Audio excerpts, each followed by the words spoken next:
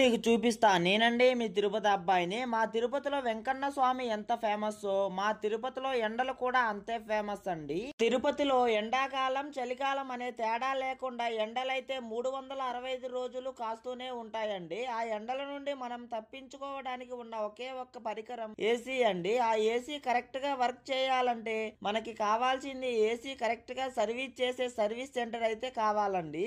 రోజు నేను తిరుపతిలోనే 365 రోజులు ఏసీ వర్కే చేసే సర్వీస్ సెంటర్ ఎక్కడుందో చెప్తాను. ఈ వీడియోని వెంటనే సేవ్ చేసి పెట్టుకోండి.